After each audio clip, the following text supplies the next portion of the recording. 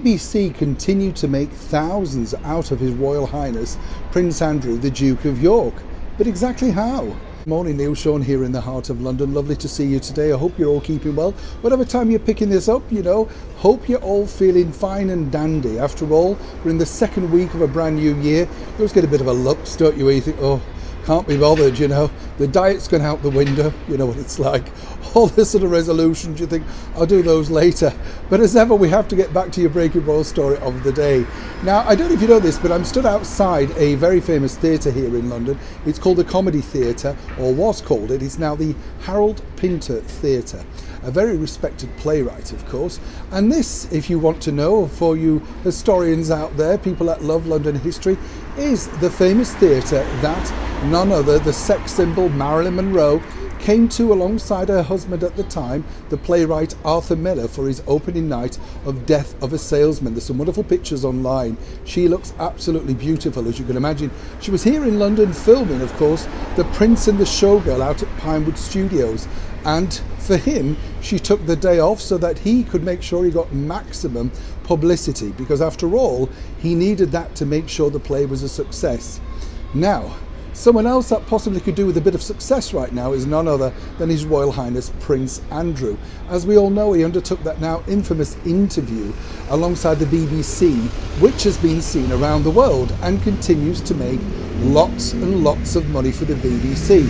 Let me explain. For those that don't know, what happens is when you want to take an interview like that, and let's not forget His Royal Highness was not paid for the interview. Rather ill-judged wise, he decided that he wanted to undertake the interview to try and help set the record straight, answer some of the niggling doubts that people had, of course, but it spectacularly backfired after the BBC, as some might say, not me, allegedly, ambushed him during the interview. As I've told you before, they have had a long time to prepare for this. Apparently, they were trying to get a sit-down interview with Prince Andrew for over a year. So while he, you will note, sat opposite the presenter, had no notes, she had a lot of notes in front of her, plus an earpiece, which was then fed some of the questions to her ear from the producer. So if you think about it, very ill-advised indeed. And more importantly, as we've told you before here on the show, I find this odd. Prince Andrew and his team did not ask for permission to have to see a final edit. Here as ever is where the story does take off, because obviously it's in the BBC's interest to keep pumping out that interview, and this is how they make a lot of money. Not only did they sell it around the world for substantial sums, but then they sell out clips to TV shows. You know what it's like. So when you see it pop up on your local news and they reference something that he may have said 2 years ago, that is paid for by the channel. This has continued, as I say, to make the BBC thousands of pounds. Now, wouldn't the honourable thing by the BBC to do would be to simply offer some of those mega sales that they've made so much money on to various charities, so that at least they don't look so particularly money grabbing.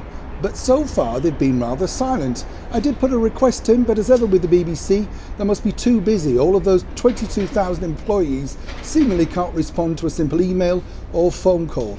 I'll leave that there for you to work out. But moving forward, as I say, if you want to know exactly how and why this keeps getting re-screened around the world, it's very, very profitable for the BBC. As for Prince Andrew, I'm sure he would actually now look back and think this was a huge mistake. But of course, hindsight is a wonderful thing. Perhaps he, when all of this is over, may suggest rather strongly to the BBC that they could, in fact, donate some of the vast sums they've made from this very free and no doubt very lucrative interview with His Royal Highness the Duke of York. As ever, when I know more, you'll know more. Neil Sean in the very heart of London.